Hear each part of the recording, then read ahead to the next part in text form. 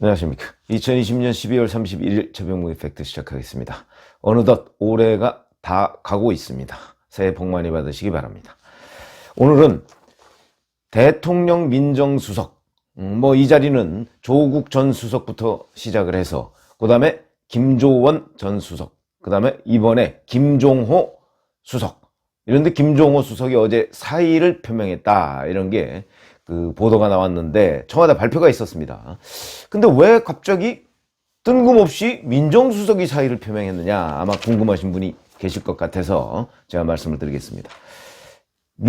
김종호 민정수석은요, 임명된 지 4개월 정도밖에 안 됩니다. 올해 8월 중순에 임명이 됐습니다. 그러니까 지금 12월 달이니까 4개월 정도밖에 되지 않았는데 사표를 냈다. 그럼 왜 그럴까? 이 말씀을 드리겠는데, 어제 오전 11시에 김진욱 초대 공수처장 임명 발표가 있었습니다. 그리고 나서 오후 2시에 박범계 법무부 장관 후보자, 그 다음에 한정혜 환경부 장관 후보자, 황기철 국가보훈처장 후보자, 이런 사람들에 대한 발표가 또 있었고요. 곧 이어서 오후 3시에 정만호 국민소통수석이 이런 발표를 했습니다. 노영민, 김상조 실장과 김종호 수석이 문 대통령의 국정운영 부담을 덜어드리고 국정 일신의 계기로 삼아주기를 바라는 의미에서 사의를 밝혔다, 이렇게 공개를 했습니다. 그러면서 후임자 발표는 안 했습니다. 그러니까 후임자 발표를 하기 전에 사의 표명했다, 사표했다는 사실부터 국민들한테 알린 겁니다. 왜 그랬을까요? 그만큼 국면 쇄신, 국면을 빨리 바꿔야 되겠다 하는 의미를 국민들한테 메시지로 전달하기 위해서였다. 준비는 덜 됐는데 이렇게 보는 것이 합당하죠. 그러면 여기에 대통령 비서실장과 대통령 정책실장은 대통령의 정책이나 그다음에 여러 가지 정무적인 문제 이런 거에 관한 총체적인 책임을 지고 사의를 표명한 것 맞을 것 같은데, 왜 갑자기 수석 중에서 유일하게 민정수석이 들어갔느냐? 그것도 임명된 지 얼마 되지도 않은 민정수석이 사표 대열에 합류했다는 게 좀 이상하게 느껴지시죠? 그래서 제가 그걸 말씀드리려고 하는 건데, 최근 언론 보도를 보면 크리스마스 때를 전후해서 문재인 대통령이 고민 끝에 바꿔야 되겠다, 청와대 참모진들도 바꿔야 되겠다는 생각을 굳혔다, 이렇게 보도가 나오고 있는데, 제가 이런 말씀을 드린 적이 있습니다. 24일 밤에 그때 윤석열 검찰총장에 대한 정직 2개월에 대한 집행정지 결정이 밤 10시쯤에 나왔지 않습니까? 그때 나왔을 때 제가 곧바로 유튜브를 해드리는 중에 아마 기억나시는 분 계실 겁니다. 제가 이렇게 되면 문재인 대통령으로서는 이제 이에 대한 총체적인 책임을 묻지 않을 수가 없고, 그 총체적 책임은 결국은 추미애 법무부 장관과 대통령 민정수석, 그 다음에 사실은 엄밀하게 따지면 정무수석에 대해서도 책임을 물어야 합니다. 왜냐하면 이런 것들이 사실 정무적 판단이거든요. 제가 그때도 말씀드렸지만 이 문제는요, 정권의 명운이 걸려있는 문제이기 때문에 틀림없이 법무부 장관과 민정수석과 정무수석이 시뮬레이션까지 다 해봤을 것이다. 몇 차례 그것도 해봤을 것이다. 왜냐하면 여기서 삐끗 잘못하는 바람에는 그러면 곧바로 레임덕 상태에 들어가기 때문에 해봤을 것이다, 이런 말씀을 드린 적이 있었는데, 어찌됐든 간에 그 바퀴, 톱니바퀴의 하나의 민정수석이 있습니다. 얼마나 엄밀하게 또는 정밀하게 협의를 했는지는 모르겠으나 여하튼 그 톱니바퀴에 하나가 있었다. 근데 그 톱니바퀴 하나가 지금 사의 표명을 한 것이죠. 그런데 그게 그러니까 24일 밤 10시니까 아마 25일 성탄절부터 해서 26일 이때쯤까지 문 대통령은 이대로 둬서는 안 되겠다는 생각, 그리고 그때 제가 아마 당은 어쩔 수 없죠. 그건 전당대회를 해야 되니까. 근데 정부와 청와대의 전면 개편, 틀림없이 그 카드를 들고 나올 것이다. 문 대통령이 국면 전환성 인사를 싫어한다고는 하지만 지금 워낙 급하다 보니까 그 카드를 들고 나올 것이다 그랬는데, 그 예측이 딱 들어맞았죠. 그래서 결국은 그 카드를 들고 나온 것이고요.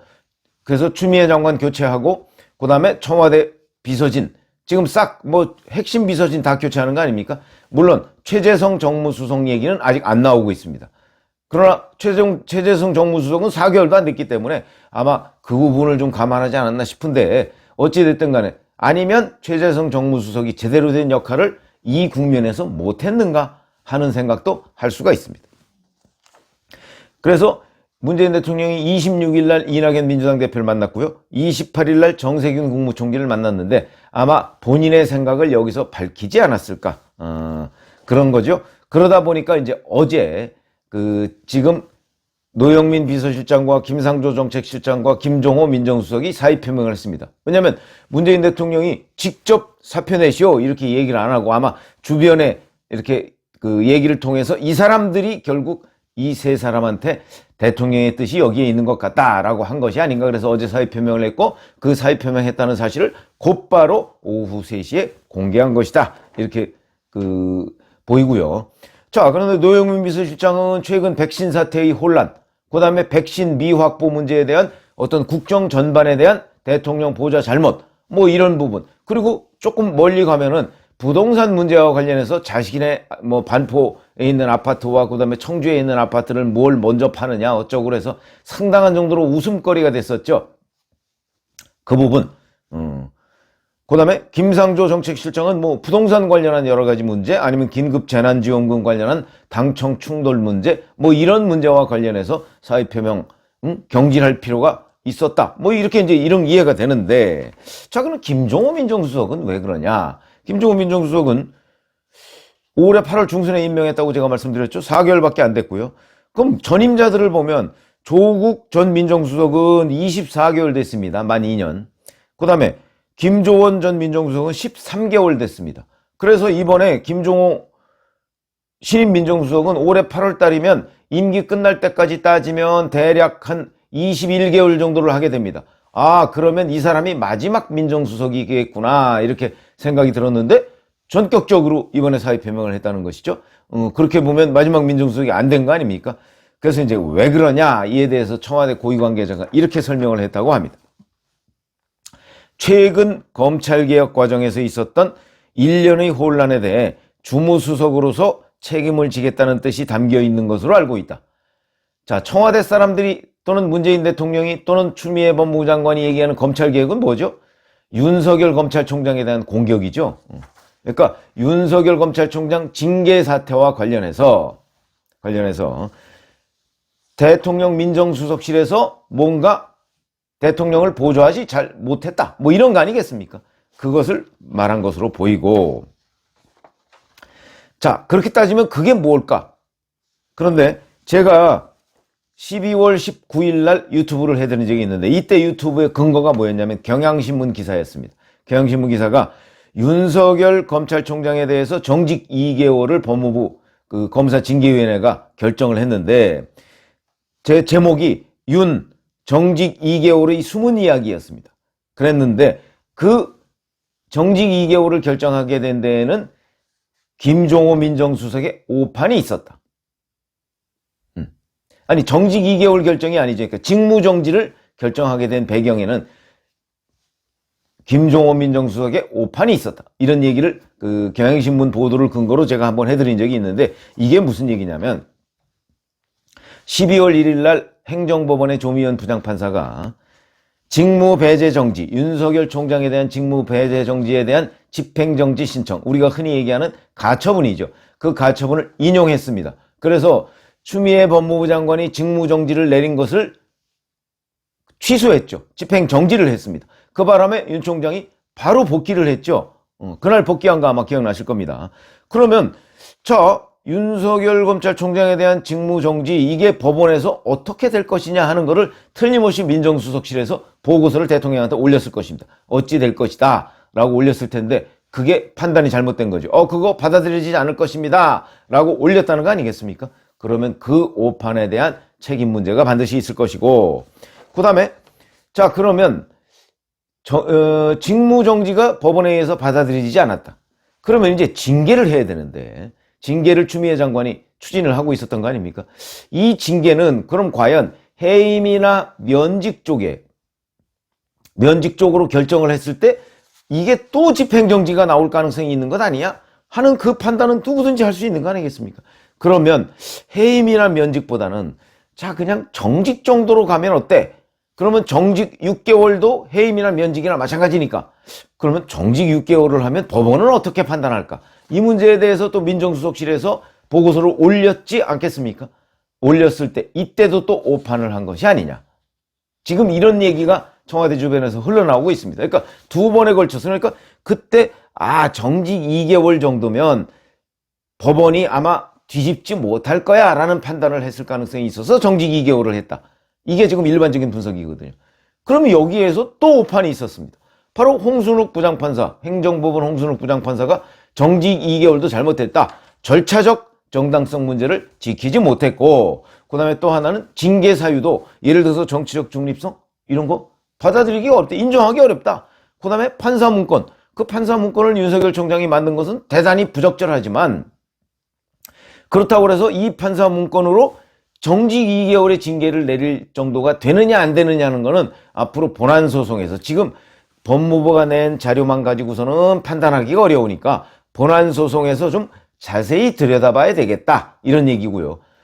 그것도 반드시 문제가 있다는 건 아닙니다. 문제가 있어 보이는데 법무부 설명만 가지고는 잘 납득이 안 되니까 자세히 들여다봐야 되겠다는 것이고, 그 다음에 채널A 감찰 및 수사방해 부분은 그거는 검찰총장의 권한으로 보이는데, 감찰방해 부분은 지금 이것도 법무부 방해의 여지도 좀 있어 보이긴 하지만 법무부 설명만 가지고서는 단정하기가 어려우니까 이 부분도 시간을 가지고 본안소송에서 좀 들여다봐야 될 문제다.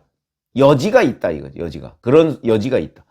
일부분을 인정한 셈입니다. 그러나 그거는 따져봐야 되겠다, 시간을 가지고. 이런 얘기죠. 그래서 안 받아들였습니다. 두 가지가 다 절차도 문제가 있었고 징계 사유도 되는지 안 되는지 한번 시간을 가지고 따져보자, 이런 차원의 문제거든요.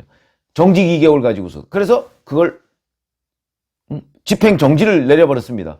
그러니까 김종호 민정수석의 판단이 또 잘못됐다, 이런 얘기가 되는 것이죠. 그래서 이 두 가지 문제에 대한 책임을 지고 사표를 낸 것으로 보이는데, 자, 그러면 제가 여기서 진짜 말씀드리고 싶은 거는, 김종호 민정수석은 무슨 법조인 출신이 아닙니다. 감사원에서 잔뼈가, 원래 행정고시 출신이고요. 감사원에서 잔뼈가 굵은 사람입니다. 그래서 이 직전에 감사원 사무총장을 했었죠. 자, 그런데 그럼 이 사람은 이런 합리적인 판단을 내릴 수 있는 사람으로 보입니다. 그런데 왜 이 사람이 연거푸 이렇게 오판을 했을까? 그거는 김종호 민정수석의 본인의 문제도 있지만, 저는 그보다는 그 민정수석실의 맨파워에 문제가 있다고 봅니다. 민정수석실 능력의 문제라고 보는 것이죠. 자, 첫 번째, 추미애 법무부 장관. 이 대목에서 제일 중요한 거는 사실은 추미애 법무부 장관입니다. 징계를 직접 추진하는 사람이니까. 자, 징계를 절차적 정당성을 지켜야 할 의무, 추미애 장관한테 있죠. 그 다음에 징계 사유가 본질적으로 법원에서 받아들일 것이냐 안 받아들일 것이냐는 걸 판단할 의무, 1차적으로는 추미애 법무부 장관이 있는데, 추미애 법무부 장관의 경륜이나 이런 거에 눌려서 청와대 민정수석이 제대로 된 판단을 할 수가 없었다. 그러니까 추미애 장관이 고집을 제대로 컨트롤하지 못했다 하는 데에 대해서 김종호 민정수석이 첫 번째 책임이 있는 것이고요. 이건 아마 누구도 추미애 장관 고집이라고 하면 그건 유명한 사람이니까 그것을 꺾기는 쉽지는 않았을 것이다. 그러면 그걸 꺾는 노하우 내지는 테크닉이 필요했었는데, 그 점에 있어서 김종호 민정수석은 부족했다. 이걸 인정하지 않을 수 없었을 것이고요. 그 다음에 두 번째는 이용구 신임 법무부 장관을 너무 믿었던 것 아니냐, 저는 이런 생각이 듭니다. 왜냐하면 이에 대한 2차적인 판단은 이용구 신임 법무부 차관이 사실 일종의 1차 직무정지를 한 데 대해서 법원이 집행정지를 내렸지 않습니까? 이 불을 끄기 위해서 소방수로 동원했던 사람 아닙니까? 거기다 이 사람은 판사 출신의 법조인입니다. 그러니까 판사 출신이니까 판사들의 심리나 결과, 결정 과정 이런 거를 누구보다 잘 알 겁니다. 김종호 민정수석보다 더 잘 알 겁니다. 그런데 이 사람을 소방수로 투입해서 이 사람 보고 이 문제에 대한 컨트롤을 잘해라 그랬더니 이 사람이 가서 헛발질을 한 겁니다. 법무차관으로서. 이 사람도 문제죠, 그러니까. 최근에 택시기사 폭행 이거는 별개의 문제고, 이 사람의 판단. 근데 판사 출신의 법무부 차관을 임명했으니까 이 사람이 아마 가서, 본인도 징계위원이고, 그러니까 자세히 들여다보고 이 사람이 판단을 제대로 할 수 있지 않을까. 그래서 아마 김종호 민정수석이 정직 2개월이라는 부분을 이용구 신임 법무부 차관과 매우 밀접하게 협의를 했을 것이다. 그런데 결국은 판단이 잘못됐다. 그러면 그거는 1차적으로는 추미애 법무부 장관, 2차적으로는 이용구 신임 차관, 그 다음에 김종호 민정수석의 책임, 이 정도가 될 텐데 이용구 신임 법무부 차관은 지금 뭐 며칠 안 됐으니까 임명된 지, 그래서 이 책임 문제에서 벗어나 있는 것으로 보이는데 실질적으로는 김종호 민정수석보다 더 책임이 크다. 김종호 민정수석은 이용구 신임 차관에 대해서 너무 신뢰를 했다. 저는 그게 패착이다 이렇게 봅니다. 그 다음에 또 세 번째는, 사실은 민정수석은 민정수석 혼자 판단하지 않습니다. 그 밑에 민정비서관도 있고 공직기강 비서관도 있고 반부패 비서관도 있고 비서관들이 있습니다.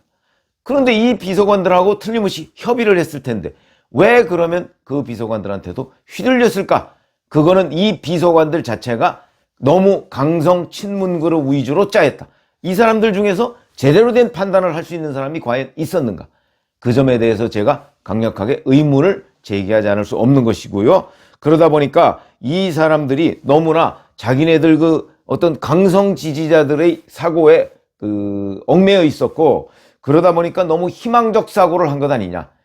문재인 대통령을 위해서 곧바로 바른 진언을 하기보다는 자기네들의 어떤 희망을 거기다 섞어서 진언을 하다 보니까 김종호 민정수석도 그런 분위기에 휩쓸렸다. 자, 그러면 후임 민정수석으로는 뭐 신현수 전 국정원 기조실장 같은 사람이 검사 출신입니다.